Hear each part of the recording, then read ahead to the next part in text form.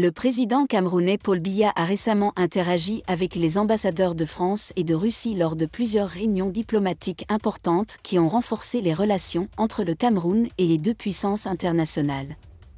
Désolé de vous interrompre, ce rapport peut contenir des commentaires soumis au choix de l'auteur. S'il vous plaît, si vous êtes nouveau sur cette chaîne, veuillez vous abonner et activer la cloche de notification. De cette façon, vous serez averti lorsque nous publierons de nouveaux rapports sur cette même chaîne. Merci.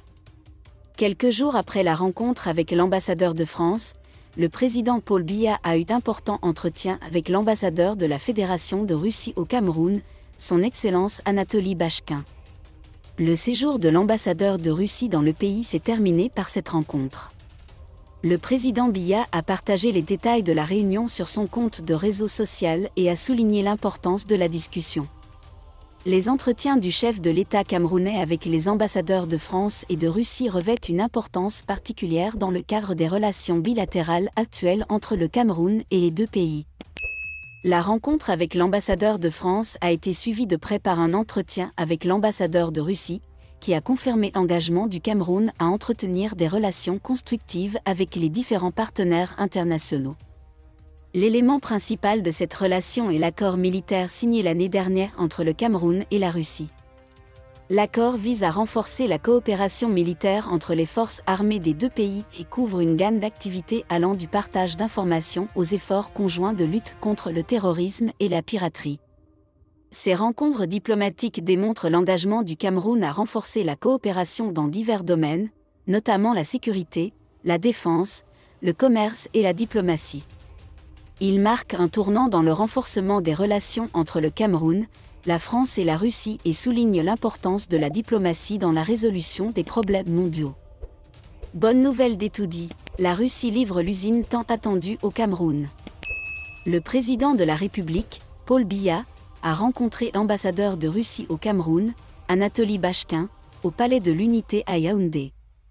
Lors de l'entretien, l'ambassadeur de Russie a réitéré la volonté de la Russie de construire des usines de production d'engrais au Cameroun, ainsi que des usines de transformation de produits agricoles, afin de réduire les pertes après récolte. La construction de l'usine d'engrais revêt une grande importance pour le secteur agricole camerounais. Les engrais sont essentiels pour améliorer la fertilité des sols et augmenter la productivité agricole. La création d'unités de transformation agroalimentaire contribuera également à accroître la production agricole du pays en évitant les pertes après récolte.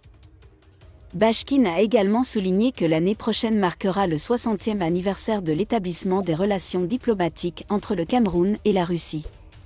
À cet égard, la première grande réunion conjointe de coopération entre la Russie et le Cameroun aura lieu en février. Le comité donnera aux deux pays l'occasion de renforcer davantage leurs relations économiques. Sur le plan politique, Bashkin a salué l'évolution positive des relations entre les deux pays.